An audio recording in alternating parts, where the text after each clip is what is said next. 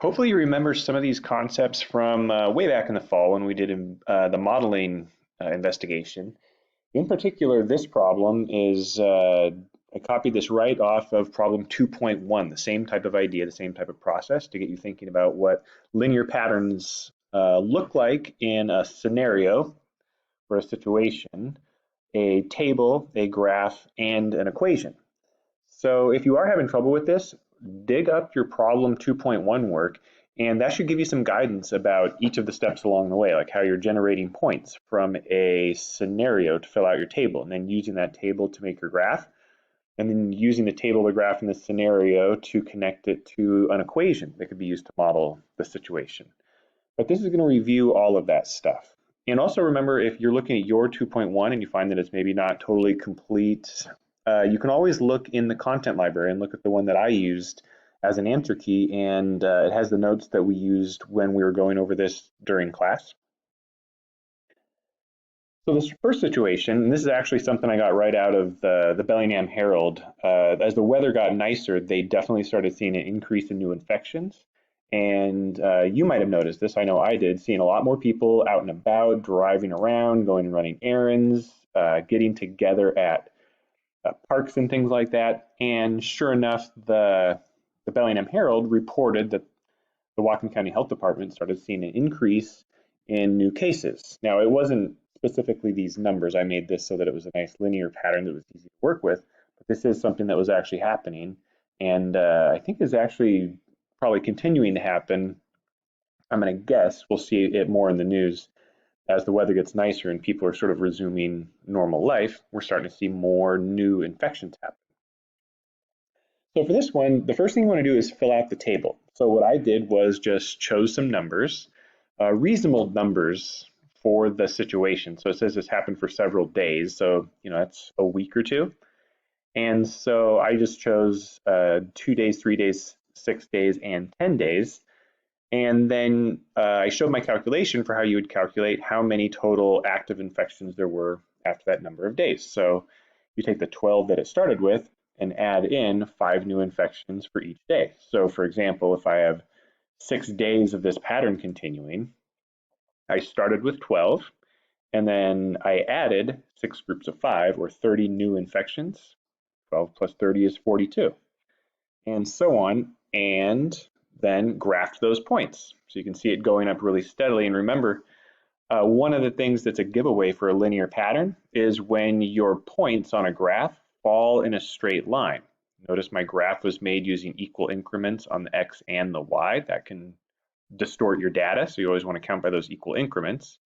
But the points aren't necessarily equally spaced apart because the days that I chose aren't, but they all fall on the same straight line.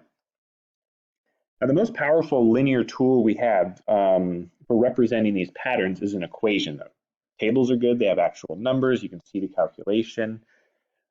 Graphs are nice because you get a visual representation of that. You can use it to make predictions about maybe data points that we didn't actually collect data on. I'll talk about that a little bit more in a sec. But an equation is really nice because you can just plug in a number of days and you have that repeated calculation that we're using to calculate how many total infections we have. Now we could also choose a number of infections we're curious about, like if it continued this pattern, how many infections would we have, or sorry, how many days would it take to get to 100 infections?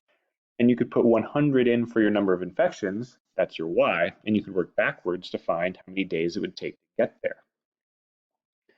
So on this, I just want to show how we write that equation. So the reason I have the calculation shown, even though it's a pretty simple calculation, is because you can see when we show the calculation, the 12 is always staying the same. So the 12 is our starting number of infections. That's also called our y-intercept. And that 12 goes here in the standard form of a slope-intercept equation. That's that y equals mx plus b.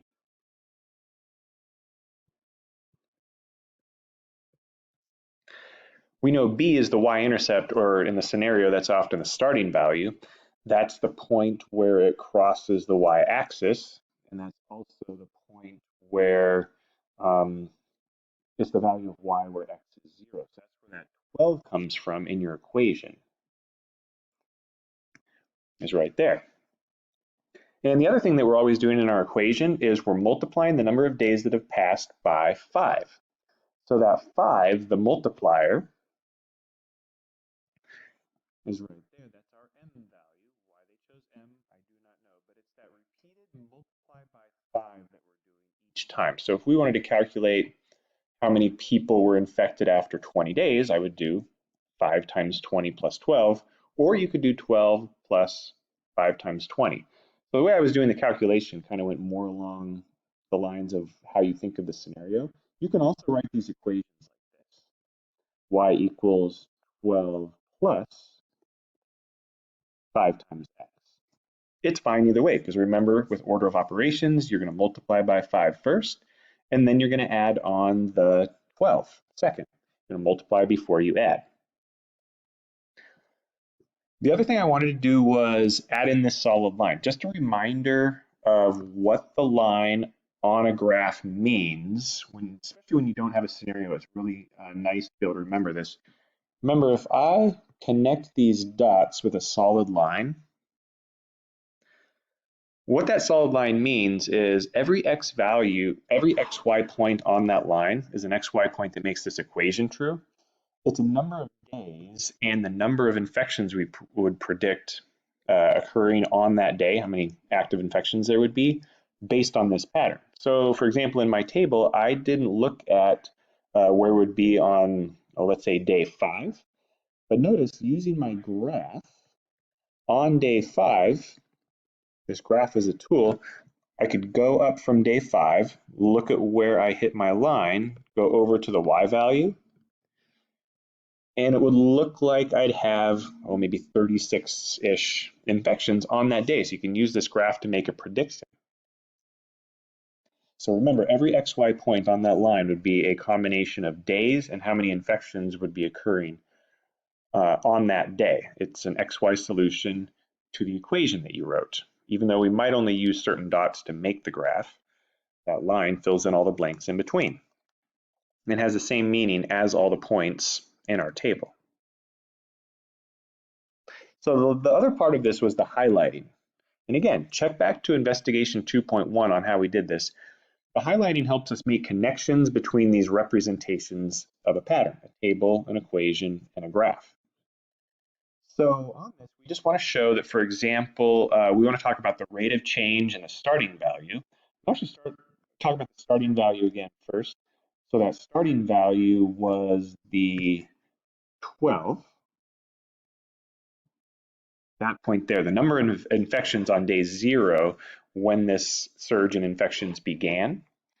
That 12 shows up in your equation as the b value, or that number that's added. Notice that's the number that doesn't change in your equation all the way down. There's always 12 to start with, and you're adding on how many were added on as days passed. So that shows up there. On your graph, that shows up here. That's that y-intercept. It's where the line crosses the y-axis. The value of y when x is 0. It shows up in your equation as the b value, the point where it crosses the y-axis on your graph, and the value of y when x is 0 in your table. The other really important thing is the rate of change, so how quickly infections are going up. Oh, and I almost forgot, don't forget to highlight these things in the scenario as well. So in our scenario, it's that 12 active infections that gave us the y-intercept in the table, the graph, and the equation. So the other piece is the rate of change. So a rate is something like miles per hour, dollars per hour. In this case, it's 5 new cases each day. So you know you're looking at a rate when you're comparing cases per day or something that has 2 different units. A lot of times you'll see each or you'll see per in the wording in the scenario, and that gives that's kind of a giveaway that that's your rate of change. That's going to be the slope of your line, the slope in your equation, and it's also going to show up in your graph. So that rate of change shows up in your table as that repeated multiplying by 5. Oops, I've got a typo there. It should be a 5 times 1. 5, so it's this 5 that keeps showing up there. There's that 5 cases per day. That's why we're multiplying it by the number of days, because if going up by 5 cases per day, and you do that for 6 days, you're going to add on 30 new infections, the initial 12, the y-intercept. And that is what we call the slope. It's the m value in your equation. It's the multiplier of x in your equation, so 5 times x. That 5 also shows up, I wanted to point this out because you want to be able to find that rate of change or slope by looking at a table or a graph or an equation. And when you have a table, you often don't have the calculation. You're trying to figure out what that calculation is. You're sort of trying to unlock the code, the pattern. And instead, you would just have x and y values. And so in this one, that 5 shows up as, notice right here, it goes up by 5 each time. Every time my days go up by 1, my infections go up by 5.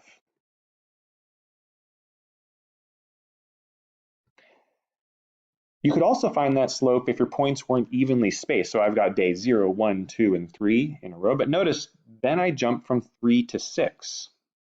So when I do that, my infections jumped up by 15. That doesn't mean the rate of change has increased because that happened over the course of 3 days. 15 cases in 3 days, 15 divided by 3 is 5. So that rate simplifies to 5. Or in the end here, on my data table, I went from 6 to 10. And so this time I went up 4 days and my infections went up by 20.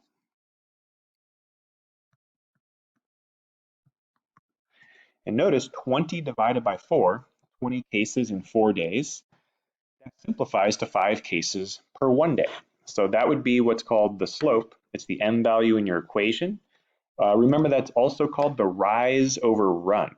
So the slope is rise over run, and that just means it's the ratio or the rate of the change in y over the change in x. We can also show that in the graph. So on this one, you'll remember that stair-step pattern from one point to another, that's where we found the rate of change or the slope in a graph. So notice between each of these points, this is where I'm going from day 0, 1, 2, and 3. Notice I'm going up by 1 day each time, and my infections are going up by 5 each time. So the dimensions of that stair step from point to point also gives me that same ratio that my table does. And if my points are farther apart, so this is where I went from day 3 to day 6, so I went over by 3 days. And that's where my infections went up by 15. So that 15 over 3 is equivalent to 5 over 1. So 5 infections per 1 day. And usually that's the number you would use if you were looking for the slope from your graph or your table. To write your equation, you usually would use the simplified version. So instead of 15 over 3, you'd use 5 over 1, or 5 over 1 is just 5. We don't have to include that in the table. We can just write that slope as 5. But in the next one, you'll see we have a little bit more of a complicated slope. So watch the next video to check your understanding of this pattern with a negative slope.